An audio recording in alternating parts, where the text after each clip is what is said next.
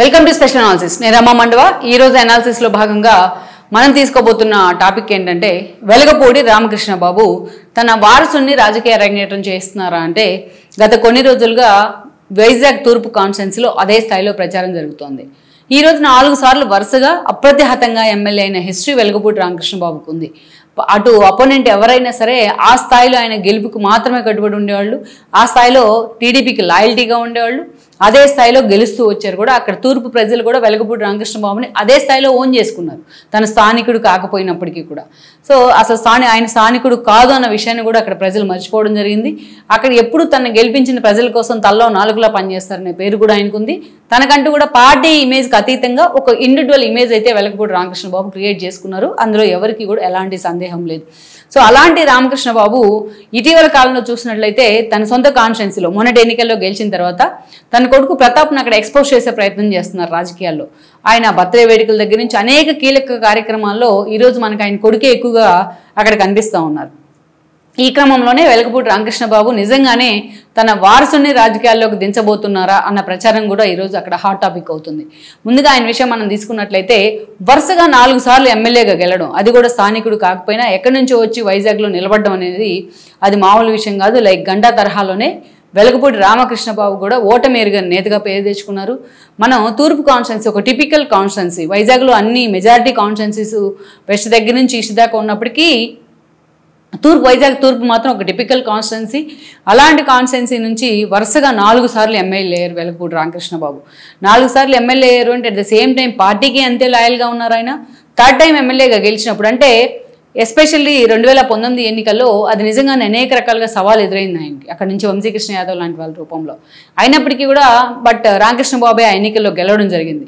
Party అధికారాన్ని కోల్పోయి 23 సీట్లకే పరిమితమైన ఆ ఎన్నికల్లో కూడా వెలగపూడి రామకృష్ణ బాబు అక్కడి నుంచి ఎమ్మెల్యేగా గెలిచారు అంటే అక్కడ లోకల్గా ఆయన కాన్స్టిట్యున్సీ మీద ఏ స్థాయిలో కమాండ్ ఉంది, అక్కడ ప్రజలు ఆయన ఎంతవరకు ఓన్ చేసుకున్నారనేది కూడా మనం తెలుసుకోవచ్చు. అక్కడి నుంచి చూసుకున్నట్లయితే 5 ఏళ్ల పాటు అనేక రకాల ప్రయోగాలు చేశారు జగన్మోహన్ రెడ్డి తూర్పు కాన్స్టిట్యున్సీ వేదికగా. ఒక దశలో అక్రమాన్ని విజయనగరంలో అక్కడి నుంచి ఇన్ఛార్జిగా పెట్టారు, ఆవిడ పోటీ చేస్తారనే ప్రచారం జరిగింది. ఒక దశలో వంశీకృష్ణ యాదవ్ అక్కడి నుంచి రేస్లో ఉన్నారనే ప్రచారం జరిగింది. ఇలా అనేక రకాల పేర్లు తూర్పు కాన్స్టిట్యున్సీలో వినిపించాయి. ఎందుకంటే అది ఒక కొరకరాని కొయ్య లాంటి కాన్స్టిట్యున్సీ జగన్మోహన్ రెడ్డికి. వరుసగా 3 సార్లు గెలిచి అప్పటికే 2019లో గెలిస్తే థర్డ్ టైం అది. సో అప్పటికే అక్కడ హ్యాట్రిక్ కొట్టారు ఆయన. సో సెకండ్ టైం హ్యాట్రిక్ కొట్టడానికి కూడా సిద్ధమవుతూ ఉన్నారు. అలాంటి సిచ్యువేషన్లో అలాంటి ఒక సాలిడ్ కాన్స్టిట్యున్సీకి, టీడీపీకి ఒక సాలిడ్గా ఉన్న కాన్స్టిట్యున్సీకి చెక్ పెట్టాలి అంటే అక్కడ సాలిడ్ పర్సనాలిటీ నిలబెట్టాలని కూడా జగన్మోహన్ రెడ్డి లెక్కలు కడుతూ వచ్చారు. అందుకే తూర్పు కాన్స్టిట్యున్సీ మీద వైజాగ్ అన్ని కాన్స్టిట్యున్సీల్లో జగన్మోహన్ రెడ్డి అత్యంత ఎక్కువగా ఫోకస్ పెట్టిన కాన్స్టిట్యున్సీ ఏది అంటే తూర్పు కాన్స్టిట్యున్సీనే. అందుకే వంశీకృష్ణ యాదవ్ దగ్గర నుంచి వెక్కరమాని విజయనిర్మల వరకు అనేక మంది పేర్లు తెర మీదకి రావడం జరిగింది. ఇక అందుకనే లాస్ట్ మినిట్లో తనకు ఆ టికెట్ దక్కదని గ్రహించే వంశీకృష్ణ యాదవ్ జనసేన వైపుకు వెళ్లారు. సో ఆయన వేరే పార్టీ చూస్ చేసుకున్నారు. అక్రమాన్ని విజయనిర్మల ఆ పార్టీలో ఉన్న ఆ పార్టీ మీద అంతగా ఫోకస్ పెట్టిన పరిస్థితి లేదు, తనకి ఎలాగో ఆ టికెట్ ఇవ్వలేదు కాబట్టి. ఇక వైజాగ్ ఎంపీ అయ్యారు ఎంవివి సత్యనారాయణ 2019 ఎన్నికల్లో. ఆయనతో ఉత్తరాంధ్ర ఇన్ఛార్జిగా విజయసాయిరెడ్డి నియమించిన తర్వాత విజయసాయిరెడ్డితో అనేక రకాల ఇష్యూలతో ఎప్పుడు కూడా వాళ్ళు వార్తల్లోనే ఉంటూ వచ్చారు. ఆఖరికి అది ఎంత దూరం వెళ్ళిందంటే తనకి రియల్ ఎస్టేట్ గొడవల కారణంగా తన ఫ్యామిలీ మెంబర్స్ని ఎవరో కిడ్నాప్ చేయడం, ఇది జాతీయ స్థాయిలో పార్లమెంట్లో కూడా హైలైట్ కావడం. సో నిజంగా ఆ పార్టీ నుంచి ఆ స్థాయిలో జగన్మోహన్ రెడ్డి వైపు నుంచి తనకు సపోర్ట్ లేకపోవడం కూడా ఎంవివి నిజంగానే సఫికేషన్ ఫీల్ అయ్యారు. తీరా ఎన్నికల నాటికి వచ్చేటప్పటికే ఎంవివిని బలవంతంగా జగన్మోహన్ రెడ్డి ఒప్పించే ప్రయత్నం చేశారు. వైజాగ్ ఎంపీ సీటు వదిలిపెట్టి ఆయన బలవంతంగా తీసుకొచ్చి తూర్పు ఇన్ఛార్జిగా పెట్టారు.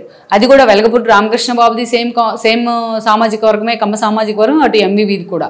సో అందుకే ఎలాగైనా సరే తూర్పు సీట్ని కైవసం చేసుకోవాలనే ఆలోచనతో ఎంవివిని తీసుకొచ్చి ఆల్మోస్ట్ ఒక 6 నెలల ముందు అక్కడ ఇన్ఛార్జిగా నిలబెట్టే ప్రయత్నం చేశారు. ఇక్కడ చూస్తే వంశీకృష్ణ యాదవ్ ఈ సిచ్యువేషన్తో ఆయన పార్టీని వదిలిపెట్టి వెళ్ళిపోయారు.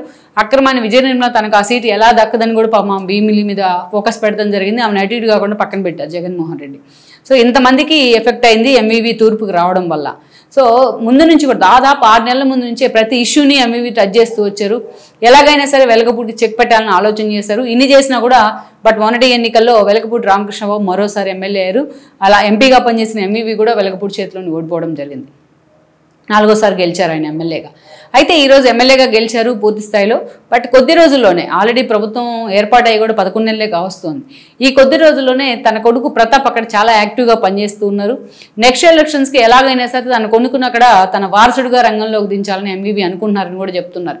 కానీ ఇక్కడ ఒక ట్విస్ట్ ఏంటంటే MVV 3rd time 4th time గెలిచినప్పుడే ఆయన మంత్రి పదవులు 3rd టైం అంటే అవకాశం రాలేదు, పార్టీ అధికారంలోకి లేదు. మొన్న గెలిచిన తర్వాత ఆయన మంత్రి పదవిలోకి తీసుకుంటారనే ప్రచారం జరిగినా బట్ క్యాస్ట్ ఈక్వేషన్ మాత్రం ఆయనకు అడ్డుపడతానే ఉంది. పార్టీ అధిష్టానానికి అటు బాలకృష్ణ లాంటి వాళ్ళకి ఎంత లాయల్టీ అని పేరున్నా బట్ ఆయన సామాజిక వర్గం మాత్రం ఆయన్ని నిజంగా మంత్రి పదవి రాకుండానే అడ్డుపడుతూ ఉంది, ఎస్పెషల్లీ ఉత్తరాంధ్రలో పలు కీలక సమీకరణాల మధ్య. సో అలాంటి సిచ్యువేషన్లో ఎంవీవీ ఈరోజు తన కొడుకు ప్రతాప్ని అయితే ఇంట్రడ్యూస్ చేసే ప్రయత్నం చేస్తున్నారు. ఒకవైపు చూస్తే ఉత్తరాంధ్రలో అయ్యన్న తన వారసుని ప్రమోట్ చేసుకుంటూ ఉన్నారు, గంటా తన వారసుని ప్రమోట్ చేస్తున్నారు, అవంతి తన వారసులను ప్రమోట్ చేసే ప్రయత్నంలో ఉన్నారు. సో ఈ క్రమంలోనే ఈరోజు తన కొడుకు ప్రతాప్ని అక్కడ ఎస్టాబ్లిష్ చేసే ప్రయత్నం అయితే వెలగప్పుడు చేస్తున్నారు. అంటే వచ్చే ఎన్నికలకు తను కాకుండా తన కొడుకు ప్రతాప్ అక్కడి నుంచి లైన్లో ఉండబోతున్నారనే ఒక ఇండికేషన్ అయితే ఇస్తూ ఉన్నారు. మరి ఈ విషయంలో ఆయన తీసుకుంటున్న నిర్ణయం, వెలగపూడి తీసుకున్న నిర్ణయాన్ని క్యాడర్ ఎంతవరకు వెలకం చేస్తుంది, పార్టీ ఎంతవరకు కూడా స్వాగతిస్తుంది అనేది మనం చూడాలి. సో కేవలం తన కొడుకుని ఎస్టాబ్లిష్ చేసే క్రమంలోనే ఈరోజు ప్రతాప్ మనకు కనిపిస్తూ ఉన్నారా విజువల్స్లో, లేకుంటే నిజంగానే తన్ను పక్క తప్పుకొని తను పూర్తిగా రాజకీయాల నుంచి విశ్రాంతి తీసుకుని తన కొడుకుని అక్కడ ఎస్టాబ్లిష్ చేయబోతున్నారా వెలగపూడి అనేది ఇంకొద్ది రోజుల్లోనే స్పష్టత వచ్చే అవకాశం ఉంటుంది. ఈ వీడియో మీకు నచ్చినట్లయితే please share, like and subscribe.